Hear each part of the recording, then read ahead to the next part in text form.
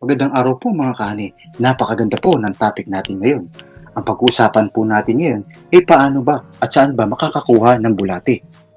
Sa vermicomposting, kailangan natin ng bulate para mag-process or makain ng mga dahon at maging isang organic fertilizer.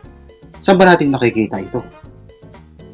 Halina at samahan niyo ako. Papaliwanag ko sa inyo kung saan ito makikita at kung saan lugar pwede natin itong hanapin para ilagay dun sa ating abono o ating stock ng mga dahon-dahon para gawing vermicomposting.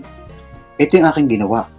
Ito yung ginawa ko, tinakpan ko na siya, pero ito'y umabot na ng 3 buwan. Hindi ko muna natin dinidilig para matuyo siya.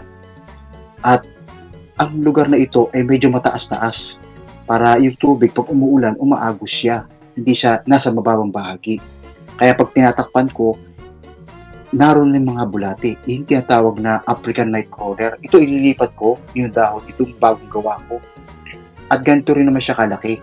Ito yung mga sariwang dahon na aking pinagtabasan or mga anuhan dito sa lugar namin, pinagkukuha ko.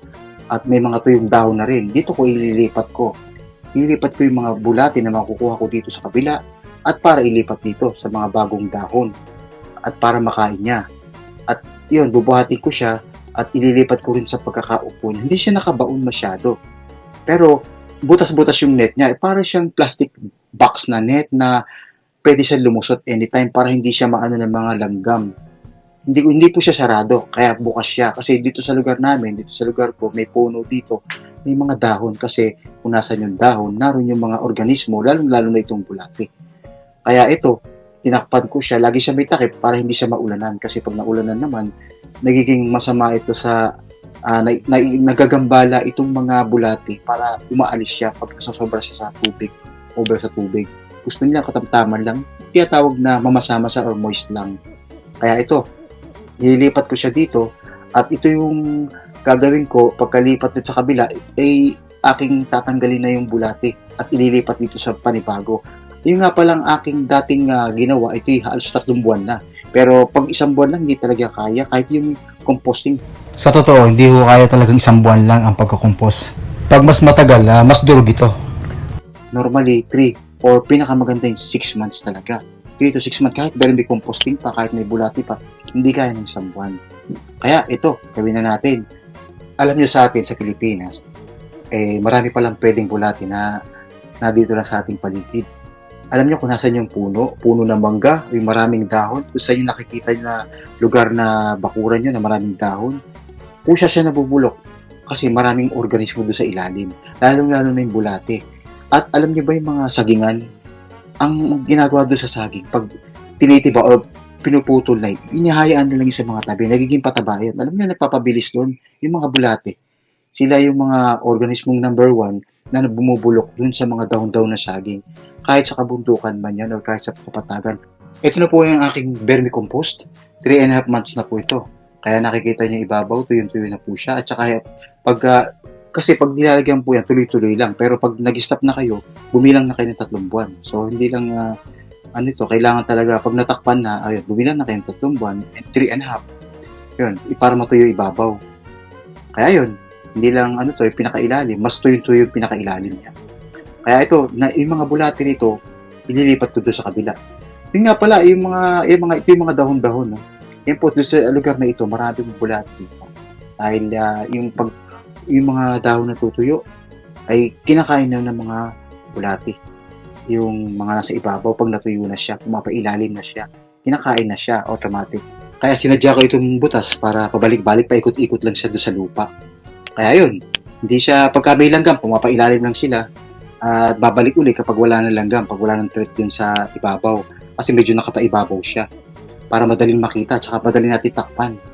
Para maiwalay pati natin yung pinaka-vermicast at vermicompost natin dito sa ordinaryong lupa. Ang pag-vermicast nga pala, mas maganda siguro yung dahon na lang, dahon ang gamitin natin, yung mga pinaghiwaan sa kusina. Hindi na kailangan ng karton at papel. Siguro mga organic waste na lang ang ating gamitin.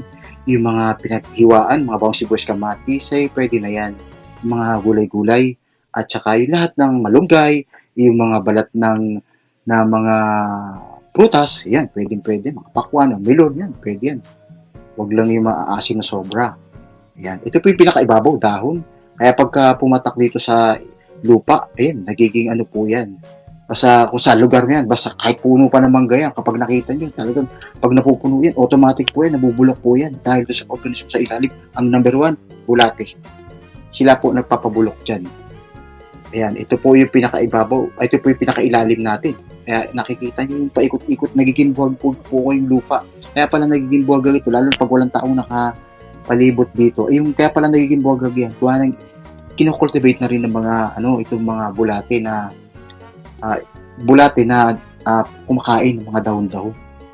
Hindi lang siya ng lupa. Hindi, basta kumakain sila ng dahon at pumapailalim din. Kahit saan dito sa atin. Yun lang pala, napaka-available lang pala ito sa ating lugar. Ang composting na tinatawag ay walang pagkakaiba din naman sa vermicomposting. Ang pagkakaiba lang sa kanila ay ang vermicomposting ay gumagamit ito ng bulate. Pero yung buwan na para maging compost siya or maging vermicompost ay halos pareho din. Pero pag ako nagbe-vermicompost, hindi na ako naghahalo ng mga karton, papel, or mga dyaryo, or mga egg tray doon sa aking organic bin or aking lalagyan ng fertilizer, organic fertilizer. Purely mga dahon-dahon na lang or mga dahon tuyo at saka yung malunggay, dahon ng malunggay at mga balat ng itlog. At mga pinaghiwaan sa kusina, katulad ng mga bawang sibuyas, kamatis, pati mga prutas. Inulit ko nga po pala, kapag aanihin nyo na, yung sa pinakaibabaw, pag naglagay kayo, doon kayo bibilang ng 2.5 or 3.5 months. So, lampas pa pala ito sa 3.5 months. Ito yung tuyo na ibabaw. Bubuhatin ko na po ito at ililipat ko itong pinakabago natin. Alam niyo din sa mga banda rito, marami pong mga bulati dyan. Balik-balik lang siya dyan. Kaya po hindi ko masyadong maraming bulati na dito sa ating vermicompost dahil paikot-ikot lang siya sa ilalim. Kaya ito yung ginagawa ko para kasama na yung iba't ibang organismo na mapabilis doon sa pag-compost or vermicompost dito sa ating mga dahon-dahon or ating raw materials na ginagamit. Ayan, ito yung ating pinaghalong tuyo at saka sariwang dahon. Pero alam niyo, pagkatapos to, yung ating vermicompost, lalagyan natin sa ibabaw para naman kahit paano, may station itong ating bulati. Dito nag-i-state sa ibabaw. Hindi naman ganun-ganun na paano sasabihin nila, paano sila magtatrabaho ng ganun na dahon agad. Kailangan din natin ng kanilang pansamantalang shelter o at kanilang bahay sa ibabaw para at least kahit paano doon sila paikot-ikot at inabot-abot lang nila yung mga sariwang dahon o kaya tuyong dahon at konting dilig lang at may takip siya. Yan. Ito sa paligid. Narito po sa paligid ng mga bulati. Kaya ito, inaano ko na po itong sa ilalim. Anytime ay pwede sila maglabas-masok dito sa pinaka-ilalim niya. Pero hindi po siya lubog na lubog. Kasi pag umulan, baka po ma-over water o masobra po sa tubig. Ito po yung vermicompost natin. Ang gagawin ko po dito ay ating bibithayin or ating sasalain para mahiwalay yung mga buo-buo masyado na hindi pa talagang totally nag-vermicompost, di pa nakakain ng mga bulati. Narito na po tayo sa ating lugar kung saan po ating bibistayin itong ating vermicompost. Yung mga buo-buo, hiwalay natin, ipapaibabaw natin dahil hindi pa masyado siyang tunaw na tunaw. Medyo bago-bago pa lang yun. Kaya ito po ang gagawin po dito ay hiwalay at ibang bulati na ating gagamitin ay ipapaibabaw natin doon sa pinakaibabaw. Ito na po yung bistay. Ito po yung bistay nito, parang pang bistay ng buhangin. Ito po para masala natin yung mga buo-buo at para makita nyo yung bulati na ginagamit ko. Ito po yung mga buo-buo na inuulit ko po, ipapaibabaw natin dito sa ating mga dahon-dahon na tuyo at saka itong sariwa. Ang pagbe-vermicompost po, hindi po ako gumagamit ng mga karton-kanton o mga pero nasa inyo po yung kung gusto nyo gumamit. Okay lang po yan, pero ayaw ko pong gumamit. Gusto ko po mga dahon-dahon lang talaga. Yung mga pinaghiwa-hiwaan sa mga sa kusina at para mabilis maano itong ating mga bulata at iba't ibang klaseng organismo. Ayan, ito po yan. Aanin ko na po ito. Akin pong bibistahin. Yun nga po, yung mga bubuo, hindi na po natin, babalik po natin doon sa kanyang lalagyan. Ito sa ating vermicompost. Yung mga buo-buo po, tsaka para po pino yung ating pagkakagawa dahil yung pong iba ay hindi pa tatapos. Yun yung mga ibabaw na bahagi. Hindi pa siya nakakain ng mga bulati. Pero ibabalik po natin siya. Ipapaibabaw din natin yung mga buo-buo dito sa ating ginagawang ating pag-vermicompost. Hindi na po ako nag-cut, pinabilis ko na lang para makita nyo talaga yung aking ginagawa. Nakita nyo naman, itim na itim yung pagkakagawa niya. No? Alam niyo yung ano ng bulate, bilog-bilog yan. Titingnan ko, pag ginahawa ko talaga bilog na bilog siya. At saka wala siyang amoy, amoy lupa talaga. Napakarami palang bulate sa paligid. Nakita niyo yung mga plant box nyo, yung sa may santan. Tingnan niyo pinaka-ibabaw doon sa gilid, doon sa malapit sa ibabaw ng halaman, doon sa pinaka-lupa niya sa ibabaw. Yun ang pinaka-vermicast. Dahil matagal na yon, dahil hindi siya na yung mga nabubulok na dahon, nabulok na nabulok. Pero alam niyo ba, may mga bulate rin doon. Kung nasa ng mga tuyong dahon, naroon ng mga bulate. Ang pagbe-vermicast vermicomposting pala ay kapag yung mga pag pinagbalatan nyo sa bahay, ay ilalagay. Pero yung pinakahuling lagay, doon kayo bumilang ng buwan. Para kasi yung pinakaibabaw, dapat talagang matuyo. So, inabot sa akin ng mga 2.5, bali 3.5, bali ang inabot sa akin doon sa pinakaibabaw niya ay nagbumilang ako ng 3.5 doon. Sa ngayon, medyo marami-rami na yung bulating nakukuha natin. At meron pa rin naman yung maliliit, pero doon na lang sila at lalaki rin naman yan pagka sinama natin doon sa ating kinokompost, bine-vermicompost natin. Oo, marami talagang bulate, lalo sa may gilid. Ito yung mga nasa loob. Pero yung akin, yung ginawa kong plastic bin or plastic net na lalagyan, pabalik-balik lang sila sa lugar na yun. Ito lang yung kokonti, pero sa paligid marami yun. Kaya ito yung aking mga nakuha. Pero sa tutuusin, may mga maliliit at may malalaki pa. Hindi ko na ginalaw yung mga nasa paligid ng puno dahil yun ay talagang napapakinabangan talaga. Pero kung sa lugar ninyo at medyo wala kayong lupa, pwede naman yung lagyan na sapin sa ilalim at kumuha na kayo sa mga ibang bakuran na maging kapakipakinabang sa pagbe-vermicast ninyo. Yung mga bulate na malapit sa siyempre na nasa ilalim ng puno, yung maraming dahon na natutuyo. Kung saan yung maraming dahon, santan or nabubulok ng mga plant box niyo, nandun ang bulate. Ito pa nga pala yung bulate. Ang ginagamit nga pala mga bulate sa pang-vermicast ay yung malalaki yung tiyan, ang malalapad yung tiyan niya at medyo bilugin yung pinaka-dulot, makabilang dulo niya. Kailangan nila ng masamasang lupa lang, hindi yung sobrang dilig. Ito pa yung finished product natin sa vermicast composting. Ito yung vermicast natin. Nakita niyo naman na bilog-bilog siya at maitim, pero pag inamoy, amoy lupa lang. Wala po siyang amoy na mabaho at natural at organic. Itim na itim po talaga siya.